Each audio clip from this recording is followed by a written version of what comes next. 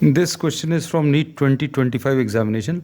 The statement of the problems is a uniform rod of mass 20 kg and length 5 meters. इसकी length जो है that is 5 meters. Length is 5 meters. Leans against a smooth vertical wall. तो ये जो wall है this is a smooth vertical wall. तो smooth wall लिख दिया अभी हम लोगों ने. स्मूथ वॉल है मतलब इसके ऊपर no friction, no frictional force will be acting. अब इसके बाद making an angle of 60 degrees with it. ये वॉल के साथ 60 डिग्रीज का एंगल बना रहा है. The friction force that the floor exerts on the rod. अब इसमें इसकी टेंडेंसी ऐसी कुछ रहेगी टू स्लाइड डाउन. ये स्लाइड करेगा और ये नीचे की तरफ आएगा, then this will try to move towards the rights. लेकिन ये ऐसा हो नहीं पा रहा क्योंकि यहाँ पर एक फोर्स ऑफ फ्रिक्शन एक्ट कर रहा है and this force of friction has to be found out. तो इसमें जो फोर्सेस लगेंगे ये एक नॉर्मल रिएक्शन है. Suppose we are marking this as N1, इसको N1 मार्क कर दिया. फिर दूसरा फोर्स जो इसमें काम करेगा नीचे की तरफ mg, जिसको अभी हम लोग 20g लिख सकते हैं. Mass is 20 kg and acceleration due to gravity is g. फिर एक और यहाँ पर जो नॉर्मल रिएक्शन काम करेगा दिस इज N2. यहाँ पर कोई फोर्स ऑफ फ्रिक्शन नहीं आना. Suppose we are naming this point as A and we are naming this point as B and we are naming this point as C. ये angle यहाँ पर 30 degrees आएगा. अब इसमें क्वेश्चन में since this rod is at rest, तो ये पूरा का पूरा सिस्टम इक्विलिब्रियम में होगा. पूरा सिस्टम इक्विलिब्रियम में मतलब अभी हम लोग अगर summation Fx is equal to 0 लगा दें, x डायरेक्शन के फोर्सेस को अगर ऐड कर दें इक्वल टू 0, तो x डायरेक्शन के फोर्सेस राइट की तरफ N1 है, लेफ्ट की तरफ F है. तो N1 minus F this is equal to 0. तो इससे F की वैल्यू N1 के बराबर आ जाएगी. To find out the force of friction आपको N1 निकालना है, बस ये याद रखना. Suppose this is named as the first equation. अब उसके बाद summation Fy is equal to 0 भी ले सकते हैं. Summation Fy is equal to 0 से कुछ मिलेगा क्या? समीशन Fy y डायरेक्शन के फोर्सेस 20g नीचे की तरफ और ऊपर की तरफ summation Fy is equal to 0. नीचे की तरफ 20g, ऊपर की तरफ N2, तो N2 की वैल्यू 20 इंटू g आ जाएगा.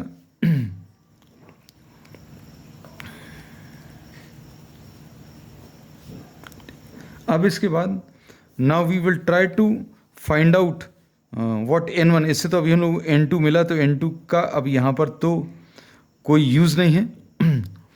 अब इसमें वी विल टेक मोमेंट्स, चूँकि इसमें रोटेशन भी इन्वॉल्व है. ये अगर नीचे की तरफ आ रहा है so this will try to rotate, लेकिन रोटेशन की टेंडेंसी तो है लेकिन रोटेट नहीं कर रहा.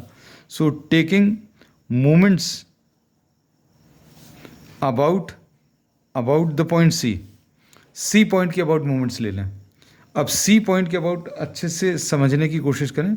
C पॉइंट के अबाउट अगर ये फोर्स लगाएं, जस्ट ट्राई टू सी, ये फोर्स ऐसा इसको क्लॉकवाइज डायरेक्शन में रोटेट करेगा. So we say that clockwise direction में जो रोटेशन आ जाएगा N1, ये फोर्स है, इनटू द परपेंडिकुलर डिस्टेंस. इस पॉइंट के about perpendicular distance is AB, N1 into AB. फिर उसके बाद नेक्स्ट है ये क्लॉकवाइज रोटेशन है. अब ये वाला जो फोर्स है, ये वाला जो फोर्स यहाँ पर लग रहा है नीचे की तरफ अगर ये फोर्स अप्लाई करेंगे तो ये एंटी क्लॉकवाइज, ये जो mg है this is trying to rotate anti clockwise. तो इसमें ये क्लॉकवाइज रोटेशन है, इसको पॉजिटिव बोल दें, तो 20g इनटू इसका परपेंडिकुलर डिस्टेंस.